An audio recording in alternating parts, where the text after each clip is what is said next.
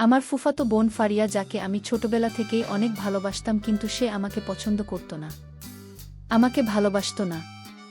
অবশেষে তার ভালোবাসা পাওয়ার জন্য তার সাথে আমার এমন কিছু হলো, যার ফলে সে আমাকে বন্ধুরা বাকিটা গল্পেই বলছি। আশা করে বন্ধুরা তোমরা আমার পুরো গল্পটি মনোযোগ সহকারে শুনবে, নিশ্চয়ই অনেক মজা পাবে। তাহলে চল বন্ধুরা, কথা না বাড়িয়ে মূল গল্পে চলে যাই। হ্যালো বন্ধুরা, আমি মাহিম। আজকে আমি তোমাদের একটা গল্প শোনাবো, যেটা আমার ফুফাতো বোন ফারিয়াকে নিয়ে। ফারিয়া একজন খুবই প্রাণবন্ত আর বন্ধুত্বপূর্ণ মেয়ে। তার হাসি সবার মন জয় করে নেয়, যেন সকালে রোদের মতো উজ্জ্বল। ছোটবেলা থেকেই আমরা একসঙ্গে অনেক সময় কাটিয়েছি। আমি এখন বিশ্ববিদ্যালয়ে পড়ি, আর ফারিয়া কলেজে। তার সহজ সরল কথা আর সবাইকে আপন করে নেওয়ার স্বভাব আমাকে সবসময় আকর্ষণ করে। ফারিয়া আমার কাছে শুধু ফুফাতো বোনই নয়, আমার ছোটবেলার একজন খুব কাছের বন্ধু। একদিন আমি ফুপুর বাড়িতে বেড়াতে গেলাম। গ্রামের সেই সবুজ পরিবেশ, নদীর শান্ত জল আর মৃদু বাতাস আমার মনকে সব সময় টানে। সকাল 11টায় বেরিয়েছিলাম, কিন্তু গাড়ি পেতে দেরি হওয়ায় ফুফুর বাড়ির সামনে পৌঁছতে দুপুর 1টা বেজে গেল। বাড়ির কাছে পৌঁছে দেখি ফারিয়া নদীর থেকে ফিরছে। তাকে দেখে আমার মন ভালো হয়ে গেল। সে আমাকে দেখে হেসে বলল, ভাইজা তুমি এসেছ। আমি হাসি মুখে বাড়ির দিকে এগোলাম। বাড়ির সামনে গিয়ে ফুফু নাজমা বেগমের সঙ্গে সালাম বিনিময় করলাম। ফুফু আমাকে দেখে খুশি হয়ে বললেন, এতদিন পর এলি মাহিম, আয় ভেতরে আয়। আমি ভেতরে গেলাম, কিন্তু ভুল করে ফারিয়া রুমের দিকে চলে গেলাম। ফারিয়া তখন সেখানে ছিল। আমাকে দেখে সে অবাক হয়ে বলল, ভাইয়া তুমি এখানে? আমি তৎক্ষণাৎ বেরিয়ে এলাম আর লজ্জায় বললাম, সরি, ভুল হয়ে গেছে। ফুফু এসে জিজ্ঞেস করলেন, কি হয়েছে মাহিম? ফারিয়া হেসে বলল, কিছু নাম্মু, ভাইজা ভুল করে আমার রুমে ঢুকে পড়েছে। আমি ব্যাখ্যা করলাম, ফুফু, আগেই রুমে আমি থাকতাম, তাই ভুল হয়ে গেছে। ফুফু এসে বললেন, ফারিয়া এখন এই রুম এ থাকে, তুই 3 নম্বর রুম এগিয়ে রেস্টে নে। আমি মাথা নেড়ে রুমে চলে গেলাম। কিছুক্ষণ পর ফারিয়া আমার জন্য নাশতা নিয়ে এলো। আমি বললাম, ফারিয়া তখনকার জন্য সত্যি সরি, আমি ইচ্ছে করে যাইনি। সে হেসে বলল, ইটস ওকে ভাইজা, এদের তোমার কোনো দোষ নেই। তারপর আমরা গল্প শুরু করলাম। ফারিয়া জানাল সে কলেজে ভালো করছে, আর তার স্বপ্ন একদিন বড় কিছু করার। তার কথা শুনতে শুনতে আমি তার প্রতি আরও শ্রদ্ধার ভালোবাসা অনুভব করলাম। বিকেলে ফারিয়া বলল, চলো ভাইগা, নদীর পাড়ে একটু ঘুরে আসি। আমরা নদীর ধারে গেলাম। সূর্যাস্তের আলো তখন গ্রামের প্রকৃতি যেন আরও সুন্দর। আমি বললাম, ফারিয়া, তোর সঙ্গে এই সময়গুলো সব সময় মনে থাকবে। সে হেসে বলল, ভাইজা তুমিও তো কম যাও না। আমরা গল্প করতে করতে অনেকটা সময় কাটালাম। আমার মন তখন ফারিয়ার সঙ্গে কাটানো এই মুহূর্তগুলোর জন্য কৃতজ্ঞতায় ভরে উঠল। সন্ধ্যায় ফুপু আমাদের বললেন, তোরা দুজনে মিলে পুকুর থেকে মাছ ধরে আন, রাতে মাছের ঝোল রান্না করব। আমরা হাসি মুখে পুকুরের দিকে গেলাম। ফারিয়া মাছ ধরার জাল নিয়ে এল, আর আমি তার সঙ্গে হালকা মজা করলাম। বললাম, তুই তো দেখি মাছ ধরার এক্সপার্ট। সে হেসে বলল, দেখো ভাইজা, আমি তোমাকে হারিয়ে দেব। আমরা মিলে মাছ ধরলাম, আর সেই মুহূর্তগুলো আমার কাছে অমূল্য মনে হলো। রাতে খাবার পর আমি আমার রুমে বসে ভাবছিলাম, ফারিয়ার সঙ্গে কাটানো এই সময়গুলো আমার জীবনের সবচেয়ে সুন্দর মুহূর্ত। আমি ঠিক করলাম, এই বেড়ানোর সময় ফারিয়ার সঙ্গে আরও কাছাকাছি সময় কাটাবো। কিন্তু আমার মনে একটা প্রশ্ন ছিল, কিভাবে আমরা আমাদের এই বন্ধুত্বকে আরও গভীর করতে পারি? এই ভাবনা নিয়েই আমার দিন শেষ হলো। পরের দিন সকালে ঘুম থেকে উঠে আমি বারান্দায় বসে চা খাচ্ছিলাম। গ্রামের শান্ত সকাল, দূরে পাখির ডাক আর ফুলের মৃদু গন্ধ আমার মনকে প্রশান্ত করছিল। ফারিয়া তখন উঠোনে ফুফুর সঙ্গে কিছু নিয়ে হাসাহাসি করছে। তার হাসির শব্দ শুনে আমার মনটা আবারও তার প্রতি আকৃষ্ট হলো। আমি ভাবলাম, আজ ফারিয়ার সঙ্গে আরও কিছু সময় কাটাবো, আমাদের বন্ধুত্বকে আরও গভীর করার চেষ্টা করব। ফুফু আমাকে ডেকে বললেন, মাহিম, তুই আর ফারিয়া বাজার থেকে কিছু সবজি নিয়ে আয়, আজ তোদের পছন্দের মাছের ঝোল রান্না হবে। ফারিয়া হাসি মুখে রাজি হলো, আর আমরাও বাজারের দিকে রওনা দিলাম। পথে হাঁটতে হাঁটতে ফারিয়া বলল, ভাইজা, শহরের জীবনের তুলনায় গ্রামের এই সরল জীবন কেমন লাগছে? আমি বললাম, এখানে এলে মনে হয় সব চিন্তা দূর হয়ে যায়, আর তোর সঙ্গে সময় কাটালে এটা আরও বেশি ভালো লাগে। সে মুচকি হেসে বলল, আবার তুমি শুরু করলে বাজারে পৌঁছে। আমরা দুজনে মিলে সবজি কিনলাম। ফারিয়া বরদাম করার সময় এমন মজার কথা বলছিল যে বাজারের লোকজনও হাসছিল। আমি ভাবলাম, এই মেয়েটার মধ্যে একটা অনন্য আকর্ষণ আছে যা সবাইকে কাছে টানে। ফেরার পথে আমি বললাম, ফারিয়া, তোর হাসি সত্যিই অনেক সুন্দর। সে হেসে বলল, ভাইয়া তুমি না একদম গল্পের চরিত্রের মতো কথা বলো। আমরা দুজনেই হেসে উঠলাম। দুপুরে খাওয়ার পর ফারিয়া বলল, চলো ভাইজা গ্রামের মাঠে একটু ঘুরে আসি। আমরা মাঠের দিকে গেলাম। সবুজ ধানের ক্ষেত, দূরে গাছের সারি আর আকাশে ভেসে বেড়ানো মেঘ, সব মিলিয়ে একটা অপূর্ব দৃশ্য। ফারিয়া বলল, ভাইজা আমার এই গ্রামটা খুব ভালো লাগে, এখানে মনটা শান্ত হয়। আমি বললাম, আমারও, আর তোর সঙ্গে সময়গুলো আরও বিশেষ হয়ে ওঠে। সে হাসল আর আমি বুঝলাম আমাদের বন্ধুত্ব আরও গভীর হচ্ছে। বিকেলে আমরা নদীর পাড়ে বসে গল্প করছিলাম। ফারিয়া হঠাৎ জিজ্ঞেস করল, ভাইয়া তুমি কখনো কারোর জন্য অনেক বেশি কিছু অনুভব করেছ? আমি একটু থমকে গেলাম। তারপর বললাম, হ্যাঁ করেছি, কিন্তু আমি চাই না আমার অনুভূতি আমাদের বন্ধুত্বর মাঝে কোনো দূরত্ব তৈরি করুক। ফারিয়া মৃদু হেসে বলল, ভাইজা তুমি আমার খুব ভালো বন্ধু, আমি চাই আমাদের এই বন্ধুত্বটা সব সময় এমনই থাকুক। আমি বললাম, অবশ্যই ফারিয়া, আমি সব সময় তোর পাশে থাকব। আমার মনে একটু কষ্ট হলেও আমি তার কথাকে সম্মান করলাম। রাতে ফুফু আমাদের বললেন, তোরা কাল সকালে আমার সঙ্গে মন্দিরে যাবি, পূজা দেব। আমরা দুজনেই রাজি হলাম। ফারিয়া আমার দিকে তাকিয়ে মুচকি হাসল। আমি ভাবলাম, আমাদের এই বন্ধুত্বের সৌন্দর্য আমি হারাতে চাই না। আমি ঠিক করলাম আমি ফারিয়ার পাশে থাকব। তার বন্ধু হিসেবে তার সুখের জন্য ঘুমানোর আগে আমি ভাবছিলাম ফারিয়ার সঙ্গে কাটানো এই মুহূর্তগুলো আমার জীবনের সবচেয়ে মূল্যবান সময়। আমি জানি বন্ধুত্ব আর ভালোবাসা ধৈর্যের উপর নির্ভর করে। আমি ঠিক করলাম আমি ফারিয়ার জন্য অপেক্ষা করব, তার বন্ধু হিসেবে তার সঙ্গে আরও সুন্দর স্মৃতি তৈরি করব। সকালে আমরা ফুফুর সঙ্গে গ্রামের ছোট্ট মন্দিরে গেলাম। মন্দিরে ফুল আর ধূপের মিষ্টি গন্ধে পরিবেশটা শান্ত আর পবিত্র ছিল। ফারিয়া পূজার জন্য ফুলের মালা নিয়ে এসেছিল, আর তার মনোযোগী প্রার্থনা দেখে আমার মনটা শান্ত হলো। আমি তার পাশে দাঁড়িয়ে ভাবছিলাম, তার এই শান্তি আর আন্তরিকতা আমার কাছে সবচেয়ে মূল্যবান।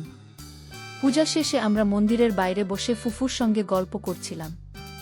ফুফু বললেন, মাহিম তুই শহরে থাকিস, তবু গ্রামের এই সরল জীবনের প্রতি তো টান দেখে আমার ভালো লাগে। ফারিয়া হেসে বলল, আম্মু ভাইজা বলে গ্রামে এলে তার মন শান্ত হয়। আমি ফারিয়ার দিকে তাকিয়ে বললাম, শুধু গ্রাম নয়, তোর সঙ্গে সময় কাটালে মন আরও প্রশান্ত হয়। ফারিয়া মুচকি হেসে মুখ নিচু করল আর ফুফু হেসে বললেন, তোরা দুজনে মিলে সব সময় মজা করিস। দুপুরে ফারিয়া বলল, ভাইজা চলো আমাদের পুরানো স্কুলটা দেখে আসি, অনেকদিন যাইনি। আমরা গ্রামের স্কুলের দিকে হাঁটতে শুরু করলাম। পথে ফারিয়া ছোটবেলার গল্প শোনাচ্ছিল, কিভাবে সে স্কুলে দুষ্টুমি করত, শিক্ষকদের কাছে ধরা পড়ত। আমি হাসতে হাসতে বললাম, তুই তো ছোটবেলা থেকেই সবাইকে মাতিয়ে রাখতি। সে হেসে বলল, আর তুমি নাকি সব সময় বই নিয়ে পড়তে বসে যেতে। আমরা দুজনেই হাসতে লাগলাম। স্কুলে পৌঁছে দেখি স্কুলের মাঠে সেই পুরানো বটগাছটা এখনো দাঁড়িয়ে আছে। আমরা গাছের নিচে বসলাম। ফারিয়া বলল, ভাইজা এই গাছের নিচে আমরা ছোটবেলায় কত খেলেছি, মনে আছে? আমি বললাম, মনে আছে, তুই সবসময় আমাকে খেলায় হারিয়ে দিতি। সে হেসে বলল, এখনো হারিয়ে দেব, চলো দেখি তুমি এখন কত দ্রুত দৌড়াতে পারো। আমরা মাঠে দৌড় শুরু করলাম আর ফারিয়ার হাসি আমার মনকে ভরিয়ে দিল। বিকেলে ফুফু আমাদের জন্য আমের আচার আর পিঠা বানিয়েছিলেন। আমরা সবাই উঠোনে বসে খাচ্ছিলাম। ফারিয়া হঠাৎ বলল, ভাইজা তুমি জীবনে কি করতে চাও? আমি বললাম, আমি চাই একটা সুন্দর জীবন যেখানে আমার প্রিয় মানুষদের সঙ্গে সময় কাটাতে পারি। ফারিয়া চুপ করে গেল, কিন্তু তার চোখে একটা ভাবনার ছোঁয়া দেখলাম। সে কিছু না বলে শুধু মুচকি হাসল। রাতে আমরা বারান্দায় বসে তারা দেখছিলাম। ফারিয়া বলল, ভাইজা তুমি যে আমার জন্য এত ভাবো, এটা আমার কাছে অনেক মূল্যবান, কিন্তু আমি এখনও নিজের মনের কথা পুরোপুরি বুঝতে পারছি না। আমি বললাম, ফারিয়া তুই যত সময় নিতে চাস নে, আমি সবসময় তোর বন্ধু হিসেবে পাশে থাকব। সে মৃদু হেসে বলল, থ্যাংক ইউ ভাইজা, তুমি সত্যি অনেক ভালো। তার কথায় আমার মনটা হালকা হলো। পরের দিন সকালে ফারিয়া বলল, চলো ভাইজা গ্রামের মেলায় যাই, অনেক মজা হবে। আমরা মেলায় গেলাম। মেলায় নানারকম দোকান, হাতে তৈরি খেলনা আর মিষ্টির গন্ধে পরিবেশটা উৎসব মুখর ছিল। ফারিয়া একটা মাটির কলসি কিনল আর আমাকে বলল, ভাইজা এটা আমি তোমার জন্য রাখব, শহরে ফিরলে এটা নিয়ে যাবে। আমি হেসে বললাম, এটা আমার কাছে তোর স্মৃতি হয়ে থাকবে। সে হাসল, আর আমার মনে হলো তার হাসিতে একটা নতুন উষ্ণতা আছে। মেলা থেকে ফেরার পথে আমি ফারিয়াকে বললাম, ফারিয়া আমি সবসময় তোর পাশে থাকব। যেভাবেই দুই চাস। সে কিছু না বলে শুধু মাথা নেড়ে হাসল। আমি বুঝলাম তার মনে কিছু চলছে, কিন্তু সে এখনও প্রস্তুত নয়। আমি ঠিক করলাম আমি তাকে সময় দেব, তার বন্ধু হিসেবে তার পাশে থাকব, তার সুখের জন্য। মেলা থেকে ফিরে আমরা বাড়িতে বসে ফুফুর সঙ্গে গল্প করছিলাম। ফারিয়া মেলায় কেনা মাটির কলসিটা হাতে নিয়ে আমাকে দেখিয়ে বলল, ভাইজা, এটা দেখো, এটা আমি তোমার জন্য রেখেছি। শহরে ফিরলে এটা নিয়ে যাবে। আমি হেসে বললাম, ফারিয়া, এই কলসি আমার কাছে তোর স্মৃতি হয়ে থাকবে। তার চোখে একটা উষ্ণ হাসি দেখলাম, যেন আমার কথাটা তার মনে কিছুটা ছোঁয়া দিয়েছে। ফুফু হেসে বললেন, তোরা দুজনে মিলে সব সময় এমন মিষ্টি কথা বলিস। পরের দিন সকালে আমি আর ফারিয়া গ্রামের একটা ছোট্ট পাহাড়ে উঠতে গেলাম। পাহাড়ের চূড়ায় পৌঁছে চারপাশে সবুজ প্রকৃতি দেখে মন ভরে গেল। ফারিয়া বলল, ভাইজা, এখান থেকে পুরো গ্রামটা কত সুন্দর দেখায়, তাই না? আমি বললাম, হ্যাঁ, কিন্তু তোর সঙ্গে এই মুহূর্তগুলো এই সৌন্দর্যকে আরও বিশেষ করে। সে মুচকি হেসে বলল, তুমি না সব সময় এমন কথা বলো। আমি হেসে বললাম, কি করব, তুই যে আমার মনের কথাগুলো বের করে আনিস। পাহাড় থেকে ফেরার পথে আমরা একটা ছোট্ট ঝর্ণার কাছে থামলাম। ফারিয়া পানিতে পা ডুবিয়ে বসল, আর আমি তার পাশে বসে তার কথা শুনছিলাম। সে বলল, ভাইজা, আমার কলেজের বন্ধু রিয়া বলছিল, ভালোবাসা হলো এমন একটা জিনিস যেটা জোর করে আসে না। আমি বললাম, ঠিক বলেছে, ভালোবাসা হলো ধৈর্য আর সম্মানের খেলা।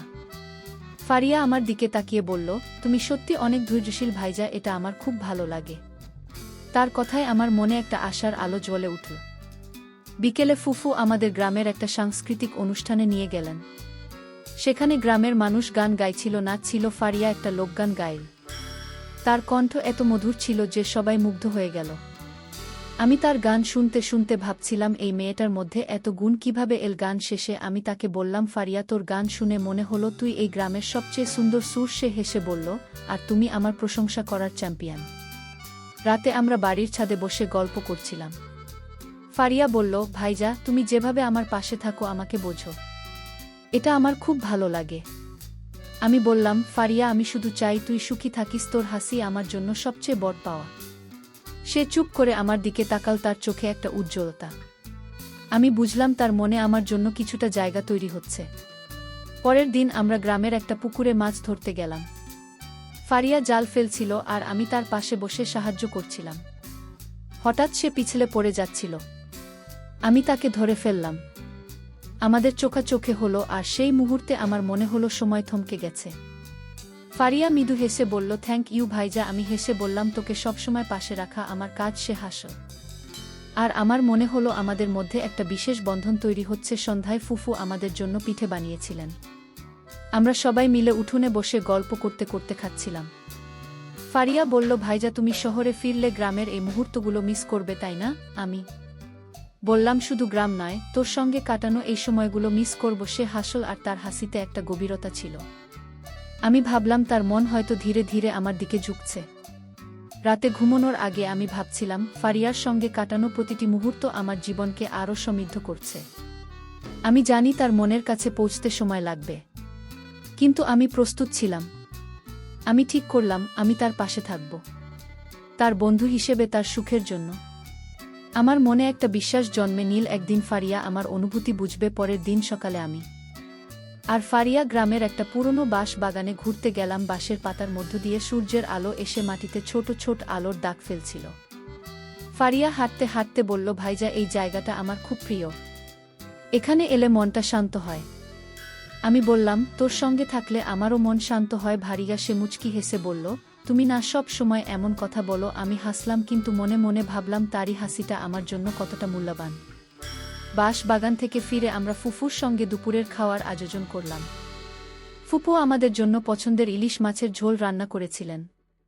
খেতে খেতে ফারিয়া করল, ভাইজা, তুমি যে বলেছিলে তুমি আমার জন্য অপেক্ষা করবে, সেটা কি সত্যি?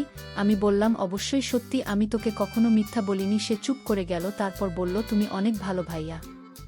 আমি তোমার এই ভালোবাসা দেখে মুগ্ধ হই। তার কথায় আমার মন আনন্দে ভরে গেল। সন্ধ্যায় আমরা গ্রামের একটা ছোট্ট বইমেলায় গেলাম। ফারিয়া বইয়ের দোকানে ঘুরে কবিতার বই দেখছিল। আমি তাকে একটা রবীন্দ্রনাথের কবিতার বই উপহার দিলাম। সে খুশি হয়ে বলল, ভাইজা, তুমি জানলে কিভাবে আমি কবিতা পড়তে ভালোবাসি? আমি হেসে বললাম, তোর চোখ দেখলেই বোঝা যায় তুই কবিতার মতোই সুন্দর। সে মুচকি হেসে মুখ নিচু করল, কিন্তু আমি দেখলাম তার মুখে একটা নতুন হাসি ফুটে উঠেছে। সন্ধ্যায় আমরা নদীর পাড়ে বসে সূর্যাস্ত দেখছিলাম। ফারিয়া বলল, ভাইজা, আমার একটা স্বপ্ন আছে। আমি চাই আমার জীবনে এমন কেউ আসুক যে আমাকে সবসময় বুঝবে, সম্মান করবে। আমি বললাম, ফারিয়া, আমি সবসময় তোকে বুঝতে চেষ্টা করি, তুই যা চাস আমি সেটাই চাই। সে আমার দিকে তাকিয়ে বলল, জানি ভাইজা, তাই তুমি আমার কাছে এতটা বিশেষ। তার কথায় আমার মনে একটা উষ্ণ অনুভূতি জাগল। রাতে ফুফু আমাদের গ্রামের একটা পুরনো গল্প শোনালেন। গল্পটা ছিল একটা বন্ধুত্বের গল্প, যেখানে ধৈর্য আর বিশ্বাস দুজনকে আরও কাছে এনেছিল। ফারিয়া গল্প শুনতে শুনতে আমার দিকে তাকাচ্ছিল। আমি বুঝলাম সে হয়তো আমাদের বন্ধুত্বের গভীরতা বুঝতে চেষ্টা করছে। গল্প শেষে সে বলল, ভাইয়া, ধৈর্য সত্যিই অনেক বড় জিনিস, তাই না? আমি বললাম, হ্যাঁ ফারিয়া, আর আমি তোর জন্য সব সময় ধৈর্য ধরতে পারি। পরের দিন আমরা গ্রামের একটা ছোট্ট মসজিদে গেলাম। ফারিয়া সেখানে মানুষের জন্য দোয়া করছিল। আমি তার পাশে দাঁড়িয়ে ভাবছিলাম তার মনটা কতটা পরিষ্কার। দোয়া শেষে সে বলল, ভাইজা, আমি দোয়া করেছি আমার জীবনে যেন সঠিক মানুষ আসে। আমি হেসে বললাম, আমিও দোয়া করেছি তুই যেন সবসময় সুখী থাকিস। সে মৃদু হেসে বলল, তুমি সত্যি আমার জন্য অনেক ভাবো। সন্ধ্যায় আমরা বাড়ির উঠোনে বসে গল্প করছিলাম। ফারিয়া হঠাৎ বলল, ভাইয়া, তুমি যা আমার জন্য এতটা ভাবো, এটা আমার কাছে অনেক বড় একটা জিনিস, কিন্তু আমার মন এখনো পুরোপুরি প্রস্তুত নয়। আমি বললাম, ফারিয়া, আমি তোকে কখনো জোর করব না। তুই যখন প্রস্তুত হবি আমি তখনও তোর পাশে থাকব। সে আমার দিকে তাকিয়ে বলল, তুমি সত্যি অসাধারণ ভাইয়া। রাতে ঘুমানোর আগে আমি ভাবছিলাম ফারিয়ার সঙ্গে কাটানো প্রতিটি মুহূর্ত আমাকে আরও কাছে টানছে। তার কথা আমাকে আশা দিচ্ছিল।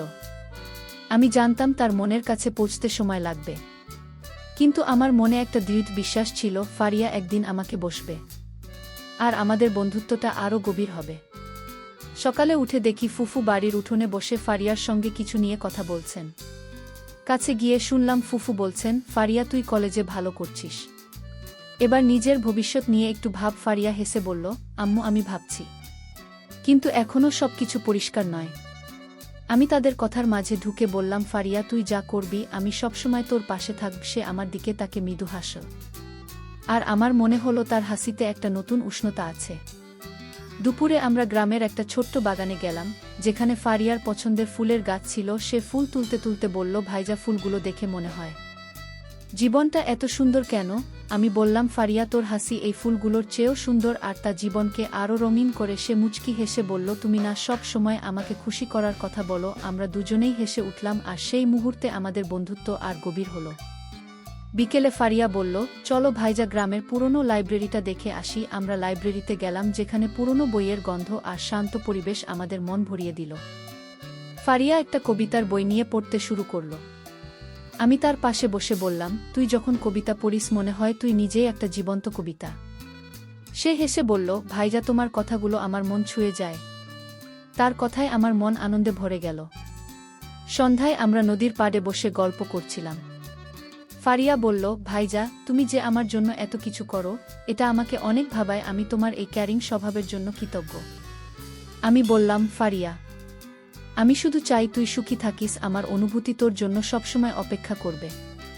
সে চুপ করে আমার দিকে তাকাল, তার চোখে একটা গভীর ভাব। আমি বুঝলাম তার মনে আমার জন্য একটা বিশেষ জায়গা তৈরি হচ্ছে। রাতে ফুফু আমাদের গ্রামের একটা পুরনো গল্প শোনালেন, যেখানে ধৈর্য আর বিশ্বাস একজনকে তার প্রিয় মানুষের কাছে পৌঁছে দিয়েছিল।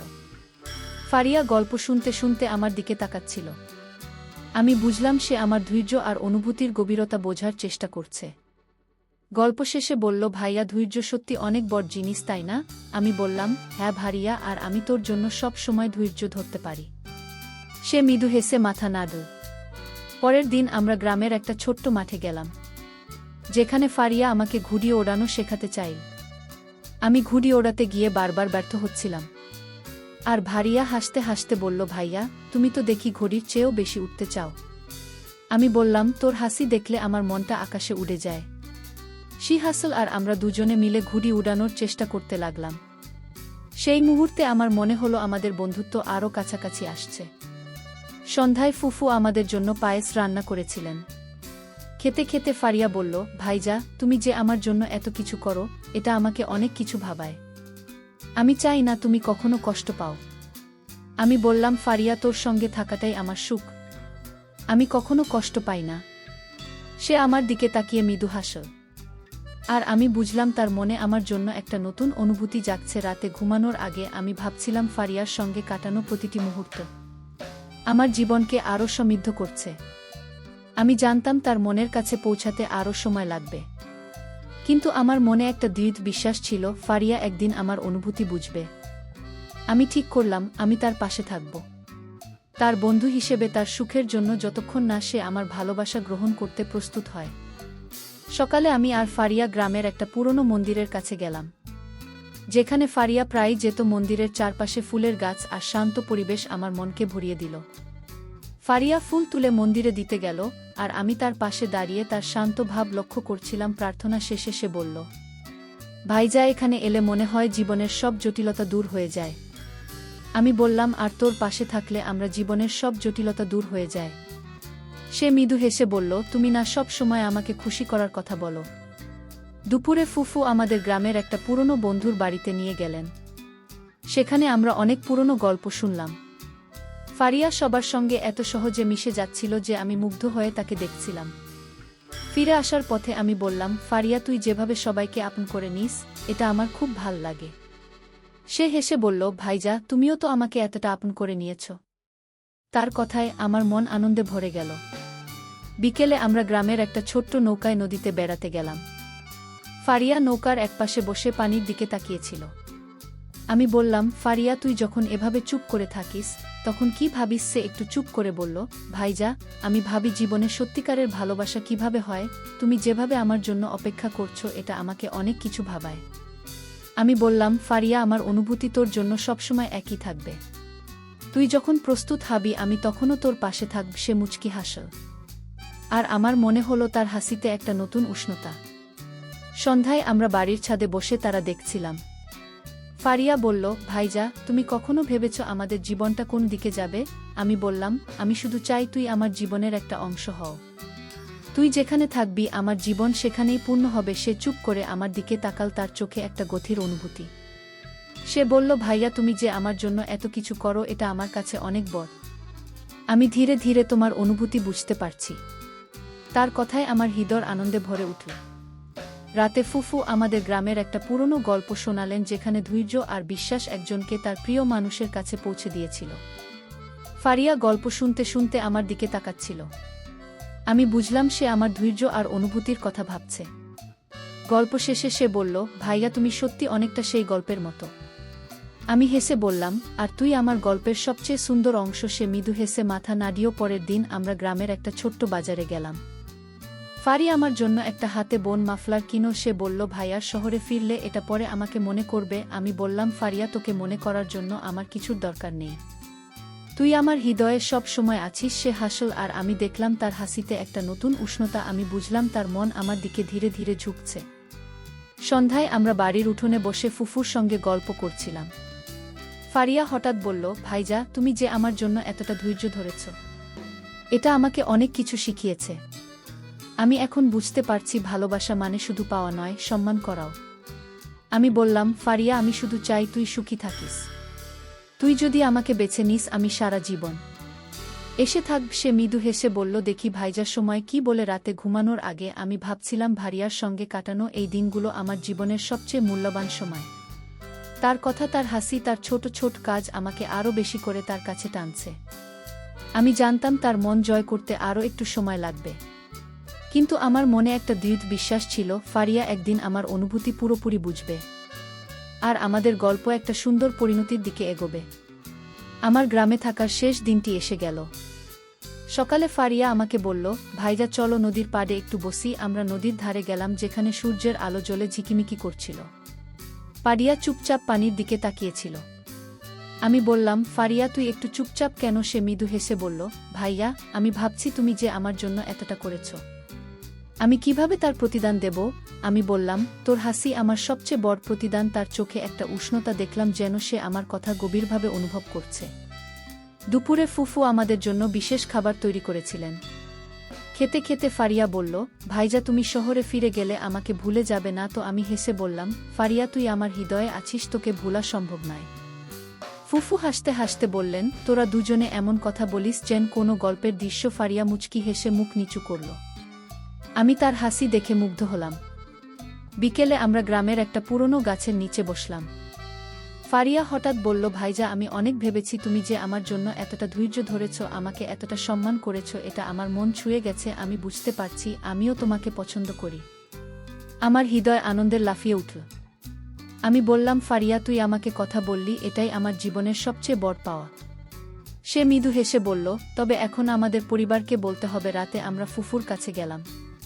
আমি ফুফুকে বললাম, ফুফু, আমি আর ফারিয়া একসঙ্গে জীবন শুরু করতে চাই। ফুফু প্রথমে একটু অবাক হলেন। সে বললেন, আমি জানতাম তোদের মধ্যে একটা বিশেষ বন্ধন আছে।